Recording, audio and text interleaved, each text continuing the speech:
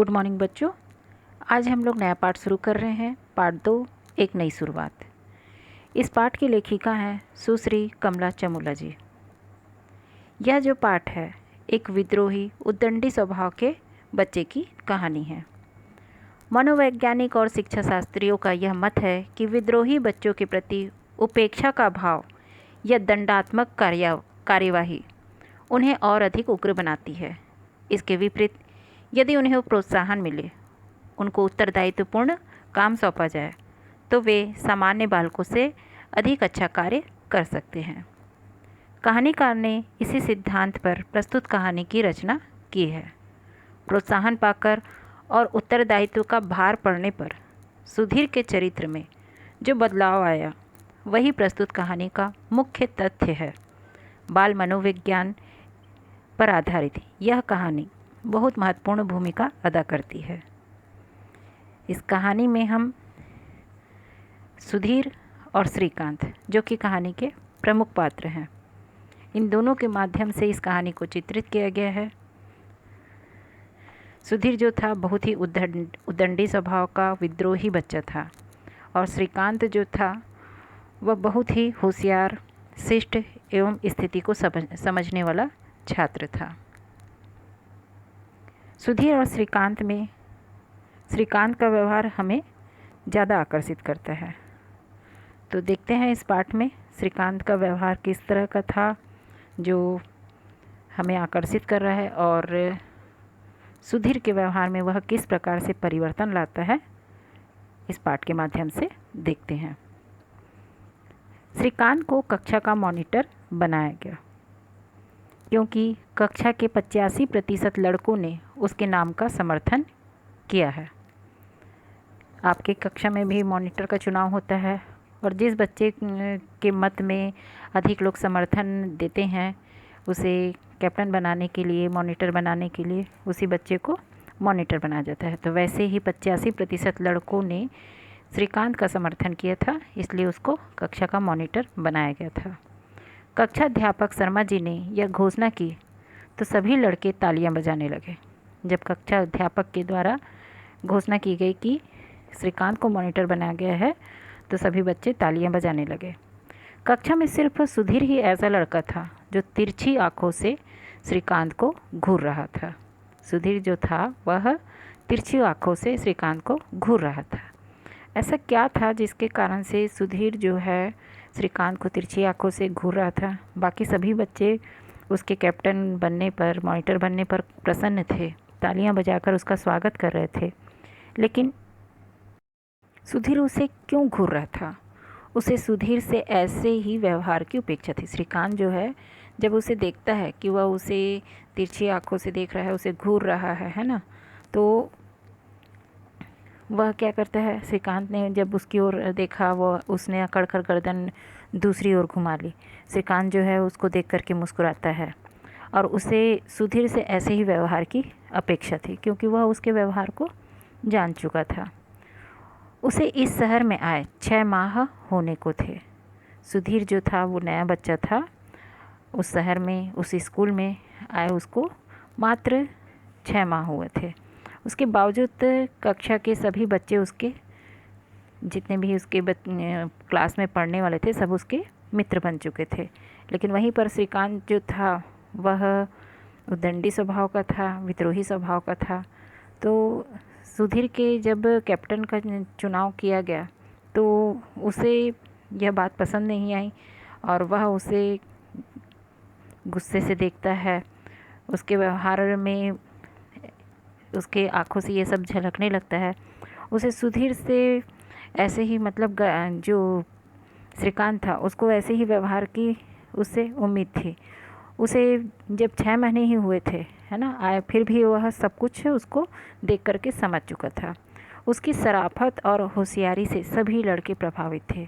सुधीर जो था वो बहुत ही अच्छा लड़का था, बहुत ही होशियार था और अच्छा लड़का था। तो उसकी शराफत और होशियारी से सभी लड़के प्रभावित थे।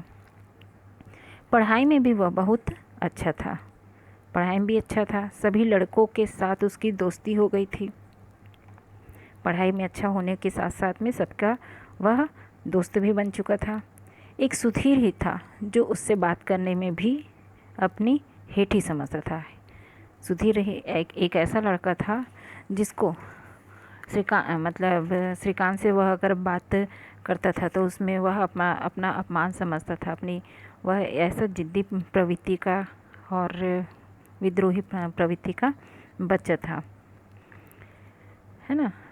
श्रीकांत को लगता जैसे सुधीर मन ही मन उससे ईर्ष्या करता था। सुधीर हर दर्जे का गुस्सैल था, अक्खड़ था और शरारती किस्म का लड़का था। सुधीर का स्वभाव कैसा था? हद दर्जे का गुस्सैल भी था, अक्खड़ भी था और शरारती किस्म का लड़का था। श्रीकांत को लड़कों से पता चला था कि वह गलत सोहबत में पड़ गया था, गलत संगति में पड़ गया था, है ना। सभी उससे बात करने से कतराते थे। कक्षा की लड़कियां तो उसकी ओर नज़र उठा करके देखती भी नहीं थी। इतना उसका स्वभाव ऐसा था जिसके कारण से कोई उससे बात नहीं करता था। लड़कियां तो उसकी तरफ देखना भी पसंद नहीं करती थी। जब पीरियड ख़त्म हुआ तो श्रीकांत सुधीर के पास जा कर के बोला। जैसे ही उसका क्लास ख़त्म होता है, उसके कक्षा शिक्षक जाते हैं तो सुधीर जो है श्रीकांत के पास जाकर बोलता है, तुम्हें मेरा मॉनिटर बनना पसंद नहीं आया क्या? श्रीकांत जो है ना, श्रीकांत जो है सुधीर के पास जाके बोलता है कि तुमको मेरा मॉनिटर बनना पसंद नहीं आया क्या? मॉनिटर बने हो, राजा नहीं। मॉनिटरी संभालनी मुश्किल हो जाएगी तुम्हारे लिए। और हाँ, मुझ पर रौब काटने की कोशिश भी मत करना, वरना। अब एक उसको धमकी की तरह दे करके वो वहाँ से चला जाता है।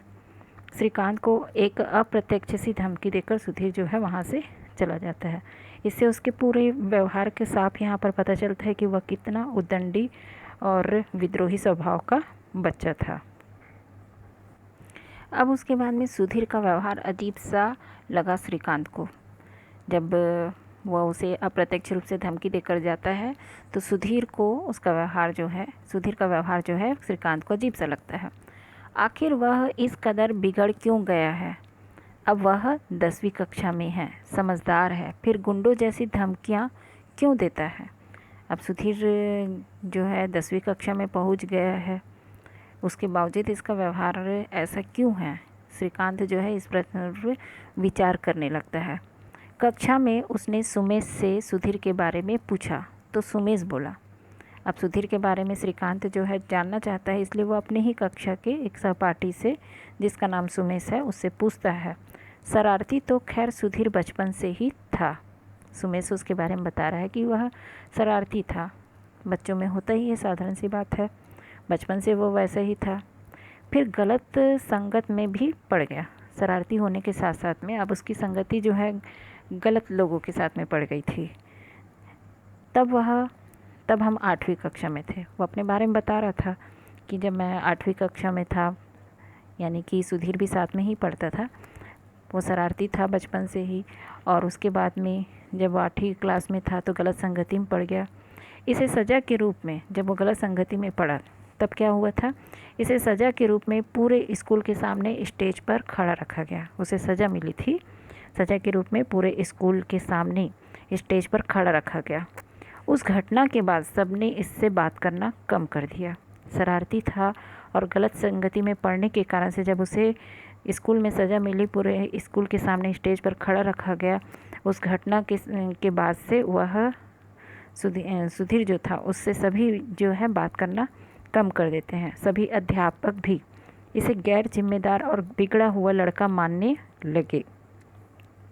अध्यापक भी उसे अब गैर जिम्मेदार और बिगड़ा मानने लगे। और फिर तो सचमुच में सुधीर बिगड़ता ही गया। सभी कोई जब उसको के साथ व्यवहार ऐसा करने लगे तो वो धीरे धीरे करके और बिगड़ता ही गया। अब तो जैसे पूरा दादा ही बन गया है। उसका व्यवहार जो है पूरी तरह से बिगड़ चुका था, बदल चुका था, क्योंकि सभी कोई उसको गैर जिम्मेदार बिगड़ा हुआ लड़का मानने लगे थे। अध्यापक भी ऐसा मानते थे। कक्षा के में पढ़ने वाले जो उसके सहपाठी थे वो भी उसको अच्छा नहीं मानते थे, तो इसलिए कोई बात नहीं करता था। इसी के कारण से वह पूरी तरह से बिगड़ गया और पूरा दादा जैसा बन गया था। सुमेश की बात सुनकर श्रीकांत सोच में डूब गया।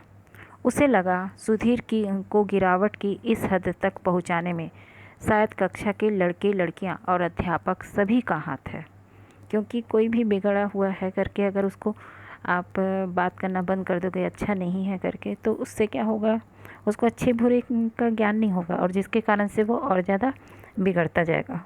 उसे सदा प्रताड़ना और डांट सुनने को ही मिली, सभी से उसको वैसे ही व्यवहार मिला। प्रार्थना के समय उसे पूरे स्कूल के सामने खड़ा रखा गया। शायद इस सार्वजनिक अपमान ने ही उसका स्वभाव विद्रोही बना दिया। सभी के सामने उसको अपमानित किया गया, जिसके कारण से वह विद्रोही बन गया था। अब अगर उसे जिम्मेदार लड़का मानकर काम सौंपे जाए, हर काम में उसका सहयोग और सलाह लेकर उसे भी अपने साथ शामिल किया जाए, तो शायद वह सुधर जाए। ये जो है श्रीकांत की सोच थी।